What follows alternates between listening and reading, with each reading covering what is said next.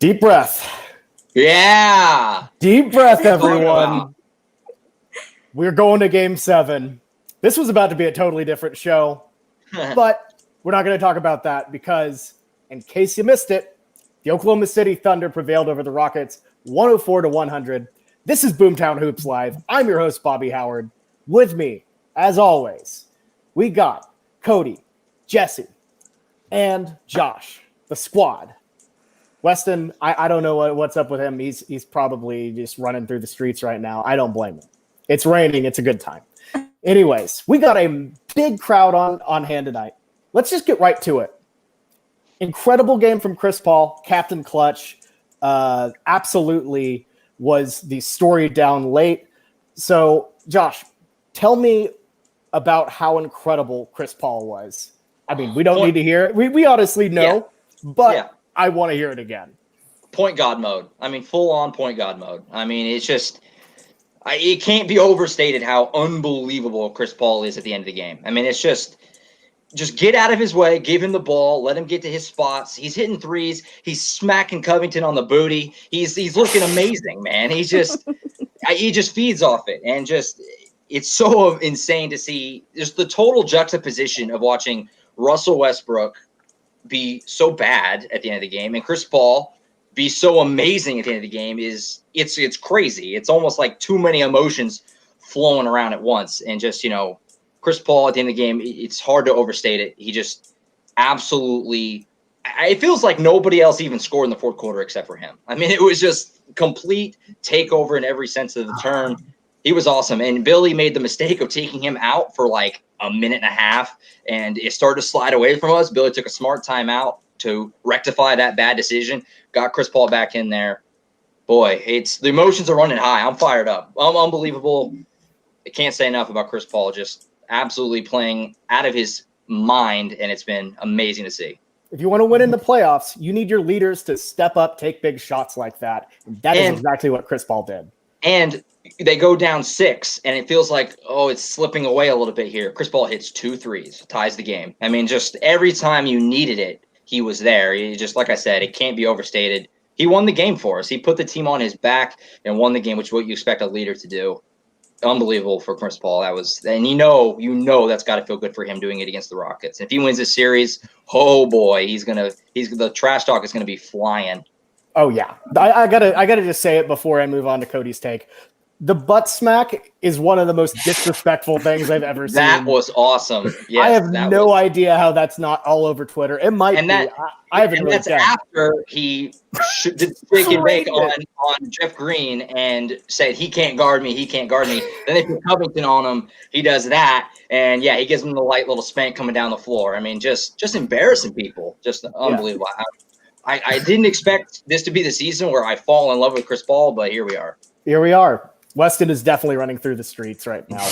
But Cody, give us your take on Chris Paul. How hype are you?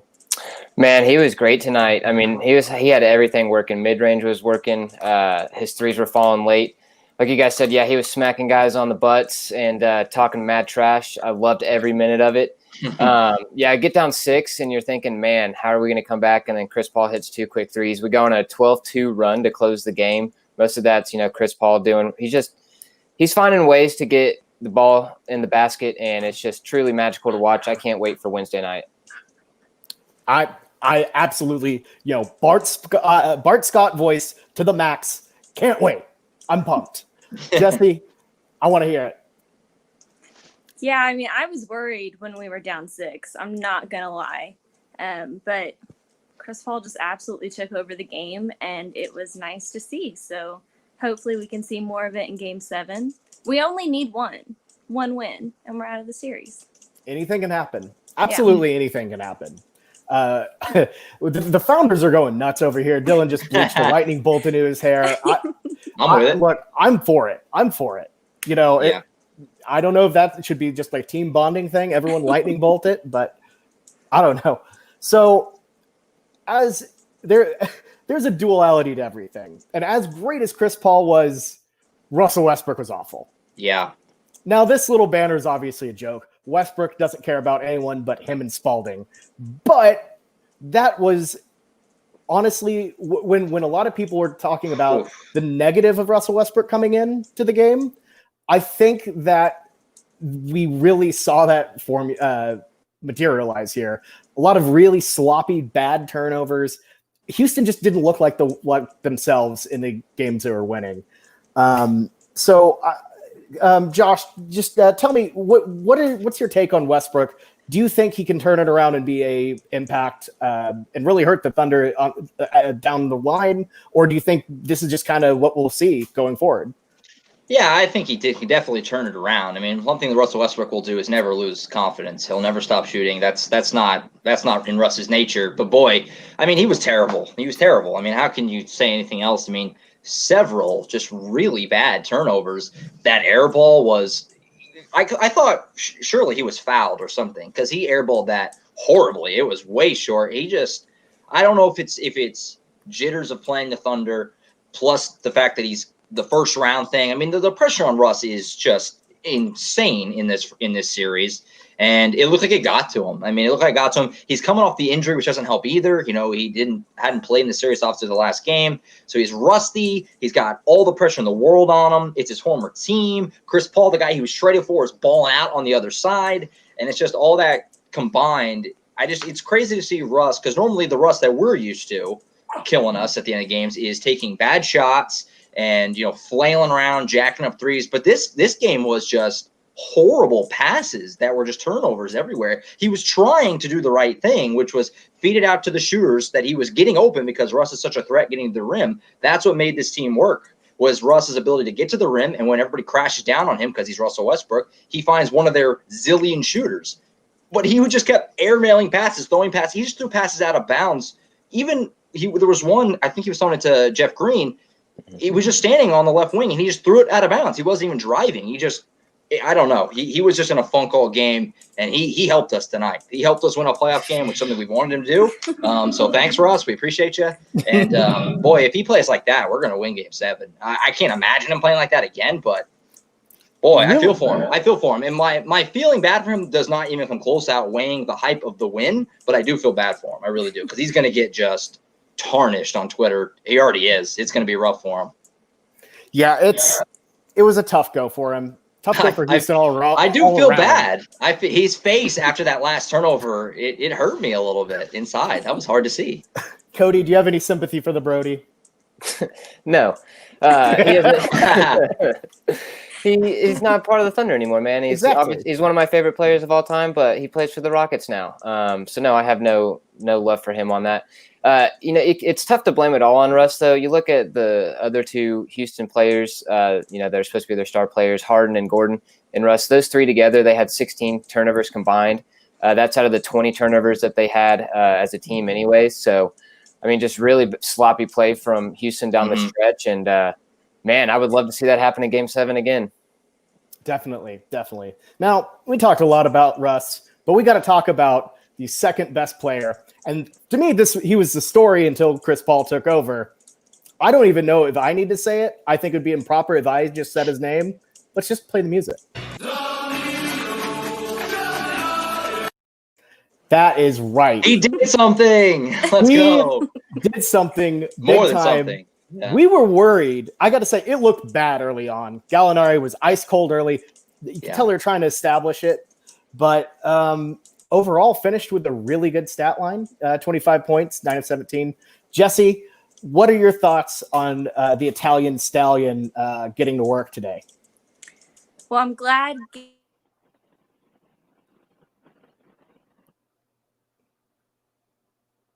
I think we accidentally. Can anyone?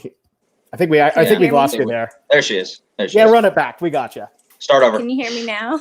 Yeah, we got you. So I just think that Game 5 was absolute rock bottom. So ideally, we would get more this game. And I thought there were portions in the game where he was pretty dominant and he was looking for a shot early.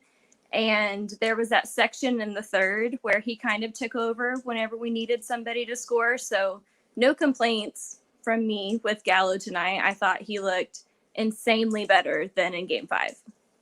Yeah. Definitely. Josh, any thoughts?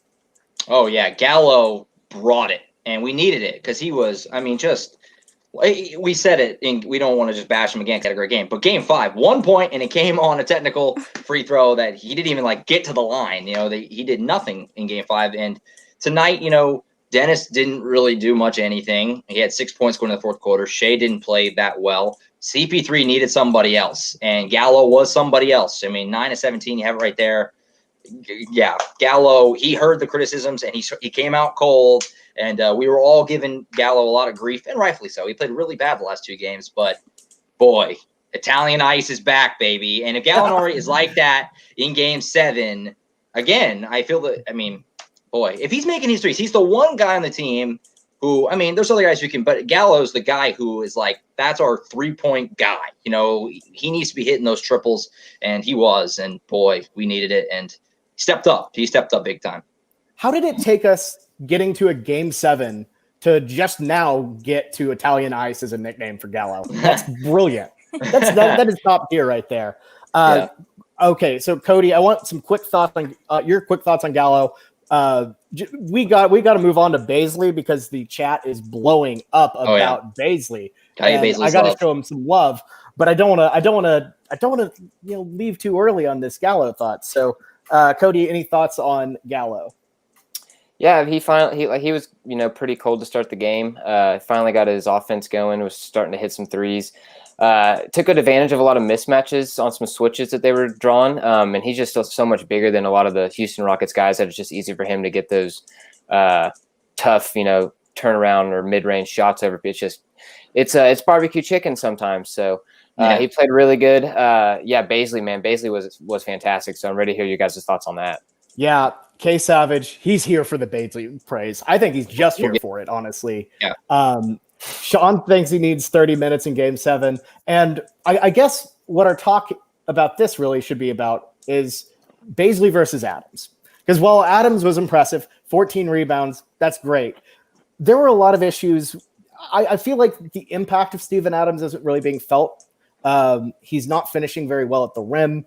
So, maybe stretch, trying to stretch the floor, get that athleticism going might be a better move. Cody, what's your opinion on, going small with Baisley or sticking it out with the big Kiwi? What do you think? Which would you go with if you were wearing the Billy Donovan, way too shoulder padded pinstripe suit? Well, first I put some chewing gum in because it's going to be a long game 7. It's going to be exciting. Second, I would definitely, it's kind of too late in the series now to experiment so much with the small ball, but it should have been something that we had tried in the bubble and then in some of these earlier games. If we could maybe try Gallinari and Baisley together, I don't know why we haven't ran that lineup too much.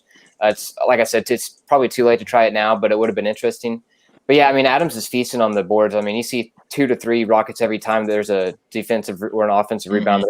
They're all over Adams, and he's just out physicaling every single one of them.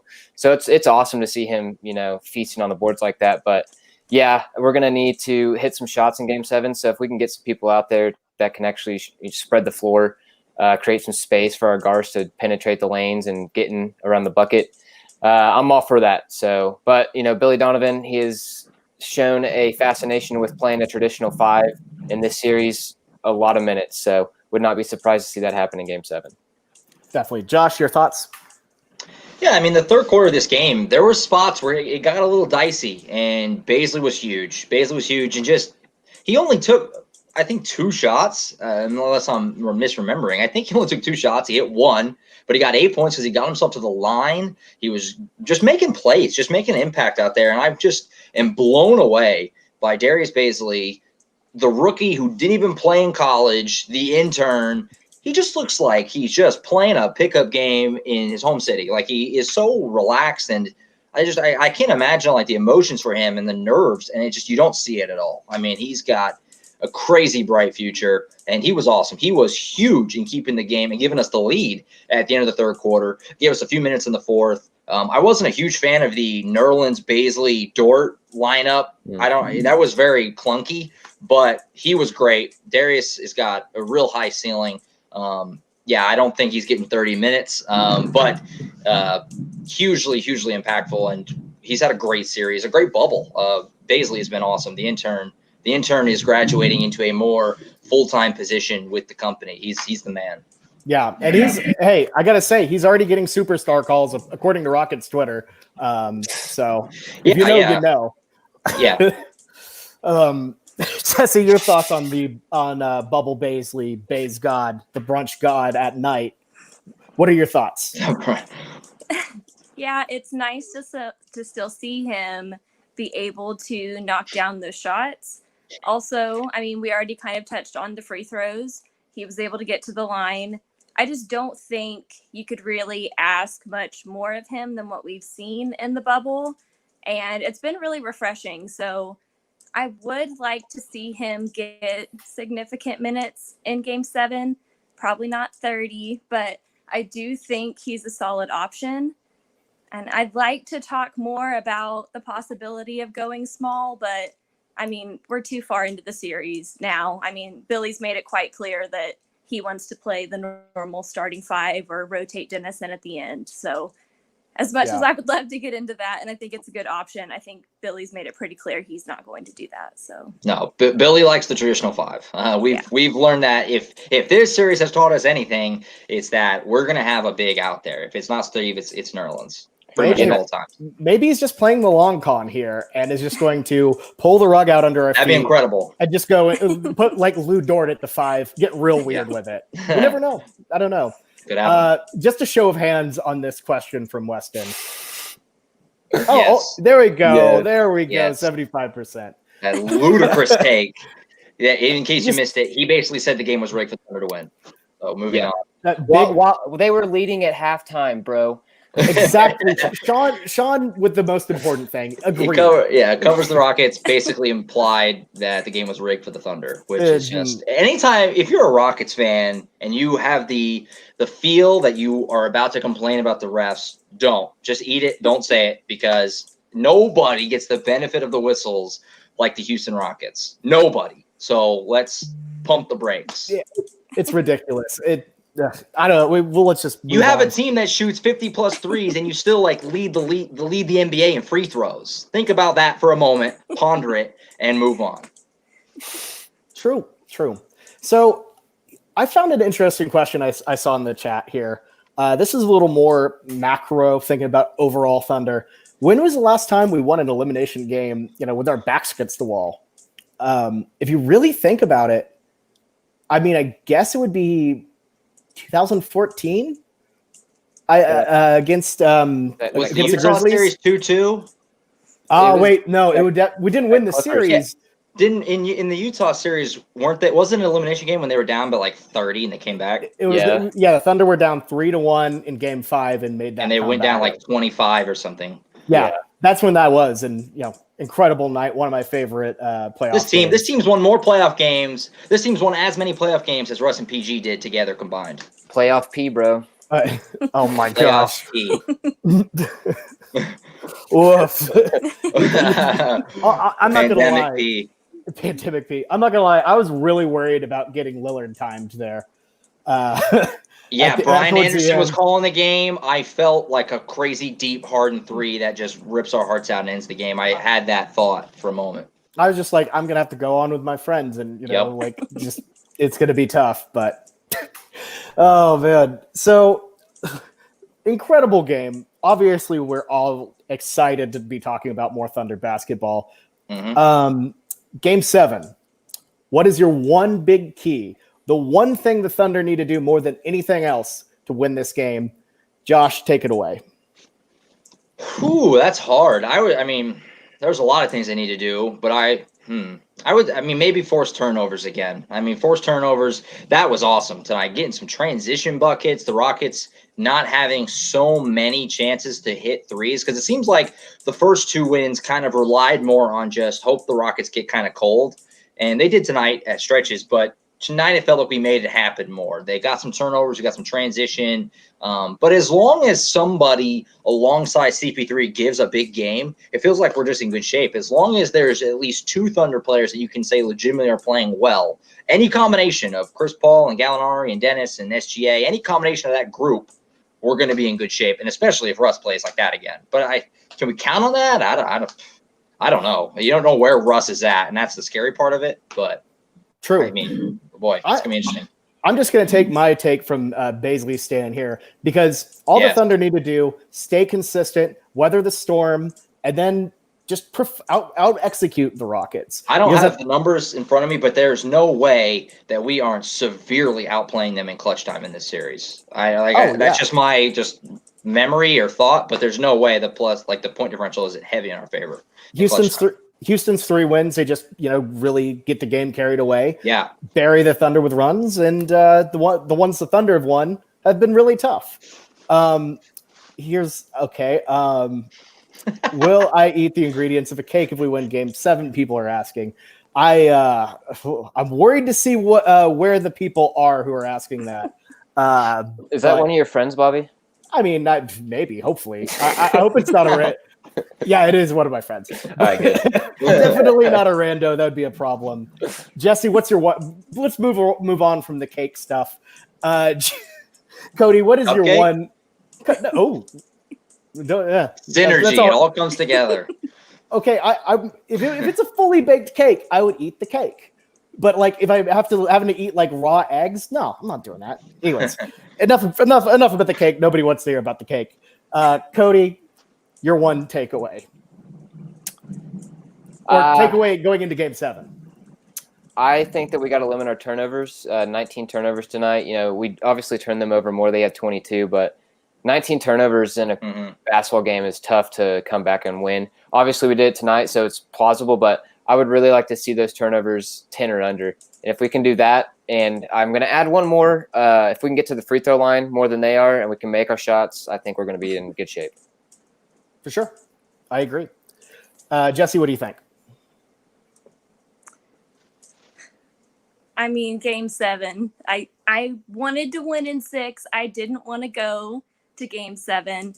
I think, thankfully for SGA in Game 5, Gallo kind of caught the fall for most of it. He didn't impress me as much tonight as I would have liked. So I want a big Game 7 from SGA.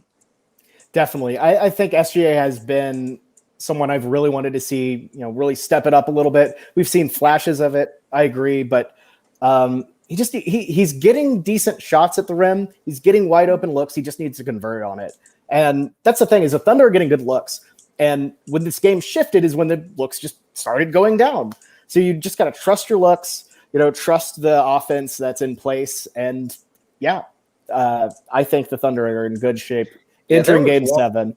There was one sequence right at the end that worried me a little bit about Shea. It was, I think, 98-98. It was tied, and CP3 went down and dished it off to Shea. And Shea had one-on-one to the rim. And instead, Shea kind of froze up and gave it off to Adams. And Adams had 3 putbacks that didn't go in. But it looked like Shea had the shot. And it looked like as soon as he got the ball, he was looking to dish it off. And I want to see more. Come on, man. You're the future of the franchise.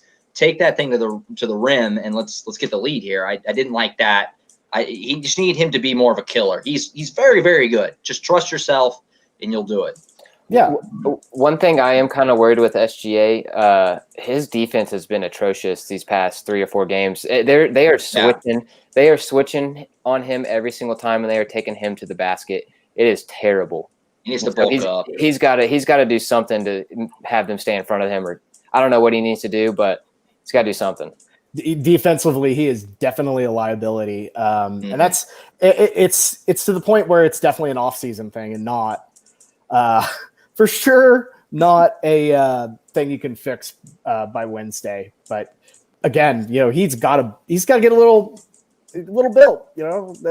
He's getting bullied. I know I've referenced before how silly it is when Russ rocks the baby on him, but he's a little frail. You gotta get a little stronger there to be a all-around player that we think he can be. But yeah. So before we go, let's make our predictions. Here it is. Game 7, win or go home. Jesse, I got you first. Give it to me. Yeah, I mean Thunder in 7. We're gonna get Game 7. Yeah. If we could go back in time, it would be Thunder in 6. But yeah, for sure. But I can't change that now, so I got to work with what I can. Thunder in 7. Definitely. Cody, what do you got? You already know what it is, baby. Thunder in 7. Josh, you're usually the voice of reason. I don't know if you can do it. I said before the series, Thunder in 7. That was my pick for the series. Obviously, I think when you pick a series and that can still happen, you have to pick it. That's like the rule. So Thunder in 7. If Russell Westbrook can't turn this around, the Rockets are in serious trouble. And I hate to say we love him, but we've seen him not play well down the stretch of close playoff games. If anybody knows that, it's us. And I think that he doesn't play well down the stretch, and I think it's close, just like this game kind of. And CP3 just takes over, and we get it done. On to the Lakers, baby. Yeah, I don't see this game being a blowout in any sort of the way. Definitely, Thunder aren't blowing anybody out. Like, no, that is just not how we play. We're only here to, I guess, give all of us a immense amount of heart problems. I thought I was gonna vom with when it was 1 minute, 100. The heart, I could feel it, man. It was brutal, hard to watch. It was some stressful times, I think the Thunder are going to out-execute the Rockets down the stretch. And I don't know. I don't see the Thunder getting blown out. I think they're going to do just enough to stay in the game, and they'll get this win. First win on the road in the entire series. Yeah, this is the first time. Can we win when the virtual fans are not ours? That's the question. Exactly. The first time in Oklahoma City basketball history that the home team has won every game. So, also, what jerseys do we wear? I feel like that impacts it too. I'm trying to remember the schedule. I don't know. Tracker had it up, but I feel good if we wear white for no apparent reason. I like it if we wear the whites. That's what I want to see. It's either the whites or the oranges. The oranges. Orange scares me. Orange scares me. It's definitely not blue. It's not blue. They completely just forgot blue. That we don't even. They didn't even pack that. Cody's right. It ain't blue. But go to the white. That's what I want to see. For sure. Anyways, thank you all for staying up with us. This has been an awesome time. Thanks for everyone putting in your questions. We're sorry if we didn't hit all of them. Y'all have been fantastic tonight. I gotta say, this is way more fun when we win, and way more fun when the games don't end at 4:00. So, yeah. Any final thoughts before we head on out? Just win the next game, please, God. Thunder up, baby. Yep. Thunder up. Just win, baby, win. So, for me, Cody, Jesse, and Josh, this has been the Boomtown Hoops post-game show. We will see you after Game 7. And then we'll see. We'll either, you know how basketball works. We're either here or we won't be. But all I know, we'll be here on Wednesday. That's all I know. So, good night. Thunder up. On to the next one.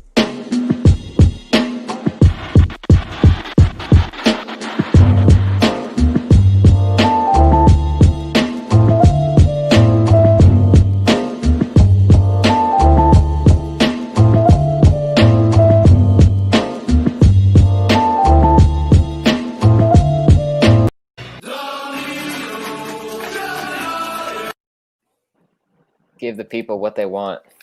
Got to give them what they want. They asked for the Are we still comments.